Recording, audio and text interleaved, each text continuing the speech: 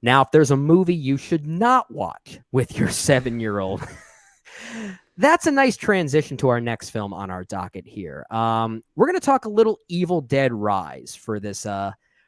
next film in our 2023 catch up. This is the fifth Evil Dead movie, if I'm not mistaken. Of course, we're not counting Ash versus the Evil Dead, the Right. TV show tied to the franchise there, also starring Bruce Campbell. Just as far as the films themselves, this is the fifth one. This one is written and directed by Lee Cronin, whose first film was a little horror film called The Hole in the Ground, which I admittedly have not seen. Nor have I. Um, but I've heard decent things about it. And of course, now he is the sole proprietor of this iteration of the Evil Dead franchise, which does answer a couple of questions as to whether this fits into the franchise at all and even how it does, which Yeah. is kind of interesting. We might talk a little bit about that. The film does star Lily Sullivan, Elisa Sutherland, Nell Fisher, Gabrielle Eccles. I don't know if I'm pronouncing that name right, and Morgan Davies. I want to highlight them because this is, in many ways, the Evil Dead by the way of a domestic drama. And we've got this family dynamic at play within all of the usual Evil Dead isms here. That'll be a talking point, at least from my perspective. Jay, I guess first off, your thoughts on the Evil Dead films and how you feel about this one by comparison. Yeah, I'm a big fan of the Evil Dead movies. Raimi's trilogy, never going to be touched, I don't think, as far as the sequels are concerned. Army of Darkness is actually my favorite one. It's very silly and goofy. That and might be my second favorite. Evil Dead 2? I think Evil Dead 2 is my favorite, I think. Yeah. Yeah. I mean, Evil Dead 2 is great. Those are like neck and neck for me. Yeah. Evil Dead 1 I like, but I don't respond to it the way that a lot of other people do. But yeah. More of a product for its time that I really respect. Yeah, especially for the budget that it was made. Exactly, yeah. But as far as this film is concerned, really the one you need to point to as it's a continuation, really, of Fede Alvarez's Evil Dead from 2013? 2013, I think it was, yeah. A full decade ago. And that film, I like a good bit. I like that movie. I am with you. I like Fede Alvarez. I think he's a good director.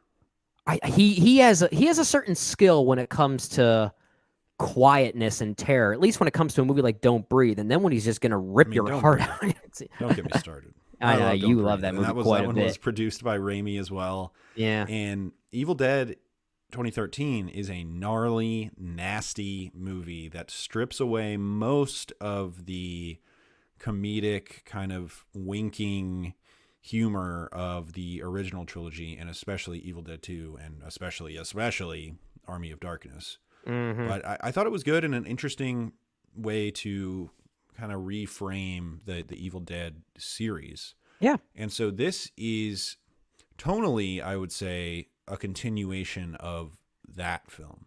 Yes. And from the perspective of setting, it feels like I had a really hard time twisting my brain into saying, okay, it's not at a cabin.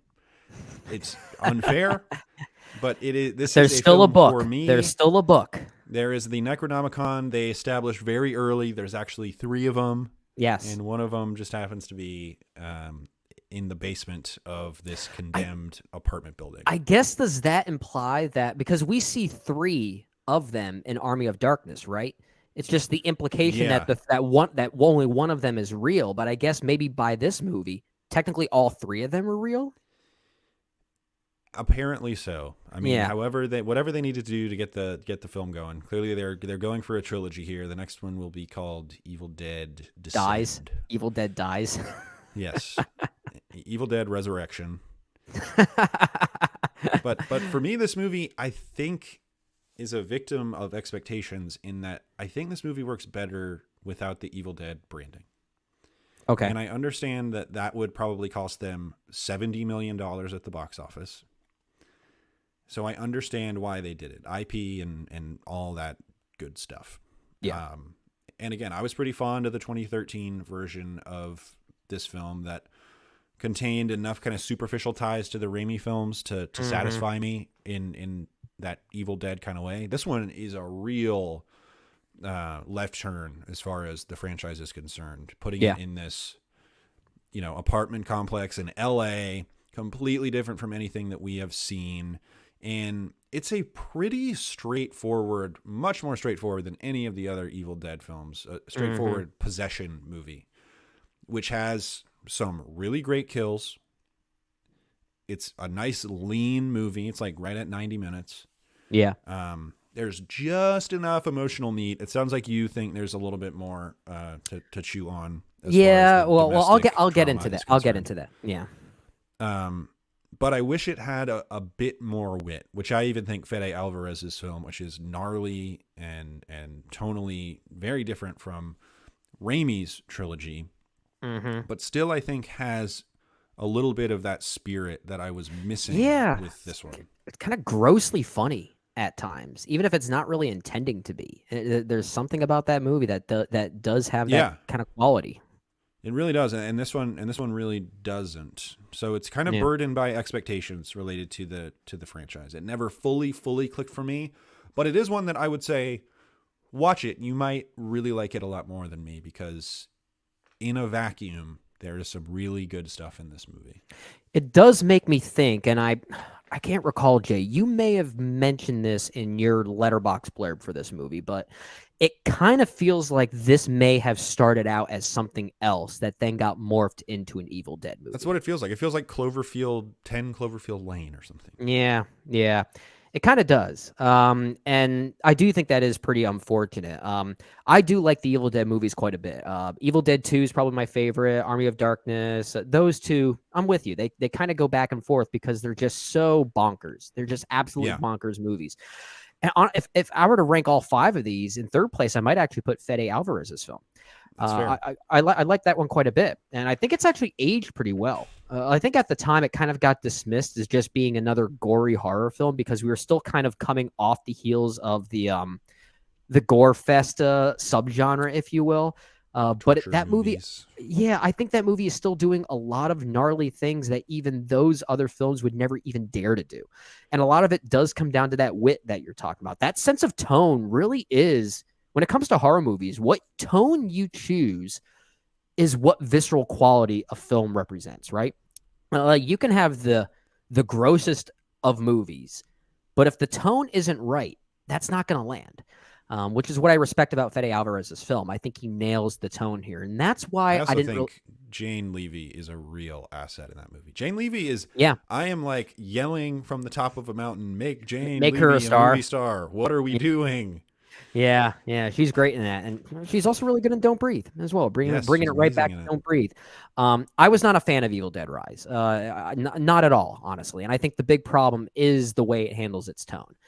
So that was some foreshadowing there, trying to get into why I don't think this film works, but I kind of need to preface that I think my feelings on Evil Dead Rise are more of a me thing than it is how Lee Cronin is trying to establish tone. Because I'm just inherently one of those people that doesn't really find enjoyment in children being tortured for the sake of horror fun. Yes, And you've been over this before. This is a real thing that sticks in your craw. yeah, and to be fair, I guess to help defend myself a little bit, there have been films, even in the horror genre, that do feature families and children in really like horrific peril, and in some cases it's not always treated for seriousness. Like I think of a movie like M. Night Shyamalan's The Visit, for instance, which is kind of a mean and gnarly movie.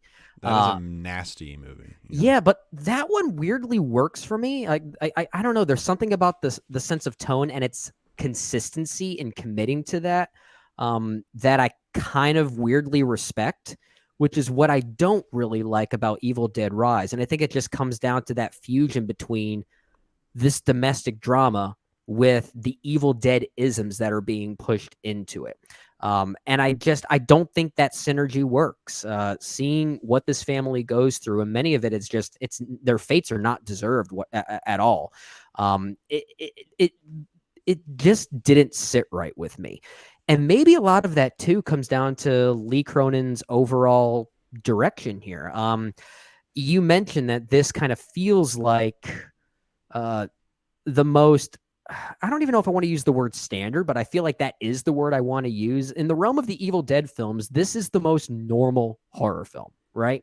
And even some of the grotesqueness of it that we come to expect from an Evil Dead film didn't fully land with me. I don't know if it's from a shot composition standpoint or the way that certain things linger on It other lacks the things. spirit, I would say, almost fully of the Raimi movie. Yeah, I mean, a lot of people were referencing a moment in this movie involving a cheese grater. Okay, that did not make me squirm. And a movie like this should make me squirm. And I think a lot of it just comes down to that hodgepodge of tone that it's just mishandling, or the fact that it lingers on a grotesque moment like that way too briefly. That's the other thing I respect about Fede Alvarez's film is that when something gross happens, he does not cut away. He just lets you relish No. in it and forces you to look at it with your eyes held open like Alex from A Clockwork Orange. Like, that's what he's doing. Here, I feel like Lee Cronin's almost afraid to commit to it. And that, I don't know. There's some pretty gnarly stuff in this, but yeah, I don't disagree with. It's not Alvarez's movie. no, there are some gnarly stuff in it, especially in the final act. But it's again, it comes back to tone for me and what really solidifies how a horror film works for you. Because seeing some of that grotesque imagery that we get at the end, and it almost goes full John Carpenter or full Cronenberg for a little bit. I'll simply say that for the sake of not getting That into was spoilers. interesting. It was, it was very but silly. yeah, but it's hard to articulate why I just didn't find it that grotesque, and why watching it I just felt like I didn't find it grotesque. I found it too goofy to be grotesque. and maybe it's a CGI thing because at least Fede Alvarez's film did rely on a lot of practicality to really make those sequences land. It's really what makes the Evil Dead film so interesting because there's such a tangible quality to everything that you see. But this one felt very digital. And I think that really hurts it in the long run, especially during those final moments. So, cut this back to a me thing as to why I didn't really respond to this movie, but this didn't work for me. It's easily my least favorite of the Evil Dead films. I'll say this. I've got the perfect title for it if it isn't an Evil Dead movie. And this is probably already the title of a movie that I don't know about, but Condemned is a great title for this movie. Because the building is condemned. It's a good title. That's a very good title. That is really a very good title. I would not be surprised if that were the working title, if that was the original scripted title. Lee Cronin went to make a Condemned movie, and again, it got in touch with Sam Raimi, and they morphed it into Evil Dead Condemned. Evil Dead Condemned could be okay too, but I understand Evil Dead Rise. It's a pretty good title, but yeah, it's not a bad title. Yeah, I mean, so you did not buy into the dramatic stakes of this movie. No, and I wanted to, but at the same time I felt a little like on edge in a bad way that we have these kind of dramatic stakes in a movie like Evil Dead.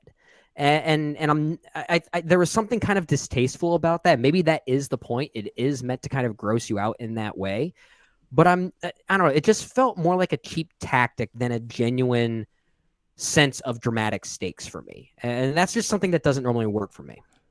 I think it also lacks kind of that strong central character that you get with a Bruce Campbell, or in my opinion, you get with a Jane Levy. There is not that actor who the film kind of orbits around, their gravitas and charisma, unfortunately. I the characters are almost disregarded in this movie. I could tell you very broad strokes about who these characters are, but none of them really leave a lasting impact in a real way, which is unfortunate because the Evil Dead 2013 is very much about a person's struggle with addiction. And you need a performer who can really capture that sense and who you are willing to go on that journey with and really feel for. And I think Jane Levy does a great job in that film of doing that. Here with Alyssa Sutherland, she's going through this. Wait, is Alyssa Sutherland the one that plays the sister or the one? No, that Lily Sullivan plays the sister. Alyssa Sutherland plays the mother. Is the mom. Okay, so yes. Lily Sullivan is the one who we're kind of anchored to. I see what the film opens on. You're making a good point here. I have to agree with. I know where you're going with this. And I just don't think I don't even really have a very poignant point on this, but I just don't think she's a terribly magnetic performer. And Alyssa Sutherland, really, her whole entire arc is disregarded very, very early on when she becomes possessed. And so you really have nothing that grounds you into caring about these things. It just becomes a series of gory deaths. Which is unfortunate because Alyssa Sutherland gives a rather committed performance here. I really did appreciate what she was doing as the the mother. Yeah. Yeah.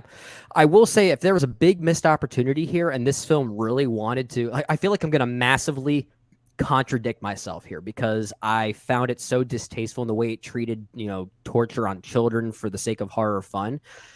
But if the film wanted to at least be more consistent with that and commit to that sense of distaste, I think the main character should have been the little girl. I think Nell Fisher should have maybe led this. The thing. little girl? Yeah. Maybe. I don't know. I mean, they should have. I think they should have done something different. So that's certainly a route they could have taken. It's certainly a distasteful route. But I mean, Nell Fisher's she's endearing in the small amount of time that she gets. But yeah, you're right. We are anchored by Lily Sullivan's performance here, and doesn't seem like a bad actress, but I just don't think there's enough meat on these bones to give that character something to latch onto, like you're saying. I agree with you. Yeah, well, I posited this on Twitter. Is this the grossest movie to ever make $100 million? I remember you asking that. Yeah. That is a good question. Well, how much did the 2020 or not 2023, the 2013? It made like 98 million. So it's nothing to scoff at. Nothing to scoff at. But what's a grosser movie, that one or this one? I think that one is a lot more visceral than this movie is. Yes, I agree. Well, I guess it depends on your definition of grossness, because I did find a grossness to the way it treated its domestic drama, but at the same time, if you're talking not about morally gross, I'm talking aesthetically, physically gross. Yes. If we're talking about these movies being physically repulsive, I think Fede Alvarez's film is way higher than this one. I think that's a much grosser film. And again, just because of tone. No, well, I think it's also because of the tangible quality, like I brought up. I mentioned how Evil Dead Rise, there's so much of it that doesn't feel as tangible as I would like for this franchise. Definitely some floppy CGI. If I had to make a comparison, and I think this is more of an extreme comparison, it's not really a clear representation of what I think this film looks or feels like, but if Fede Alvarez's film is John Carpenter's The Thing, then this is The Thing remake, prequel, whatever the hell that was that came out, which interesting. Which was so heavily replaced by CGI in post-production, and you can just tell. And I felt a lot of the same thing happening here. It didn't feel very tangible to me. Yeah, it's a fair point. It's a very fair point. It is kind of like there might be scenes that are on paper grosser than the Fede Alvarez film, but some of them feel a little bit like the guy's head getting smashed by the giant stone in Hot Fuzz, right? Where it's like, this doesn't exactly feel the same as if it had happened in Fede Alvarez's Evil Dead. Right. But even at least Fede Alvarez focused on, the little things that tend to bother us, right? Like let's say the cutting in half of a tongue, simple things like that. And like I will never get that image out of my head. That was hard. I need to rewatch that movie, actually. It's a good movie. It's a good movie. Yeah. I'll have to wait till my fiance's out of the room because she will probably never marry me if I'm going to watch that in front of her. But anyway, yeah, Evil Dead Rise. After you get married, for better after or I get worse. married, yeah. Well, then she might just divorce me. Evil Dead Rise, I wasn't a big fan of it, but it sounds like a lot of people are. It sounds like the film has been getting the horror crowd was into it. Yeah, they were. I think it's holding a 69% on Metacritic right now, so it's nice. Technically in the green when it comes to their scoring criteria. So clearly, at least I know I'm in the minority on this one, but maybe there's more that sits more that sit in your camp on this one there, Jay. But yeah, not one that I urge people to go and recommend unless you're really a fan of this franchise and you're going to watch it anyway.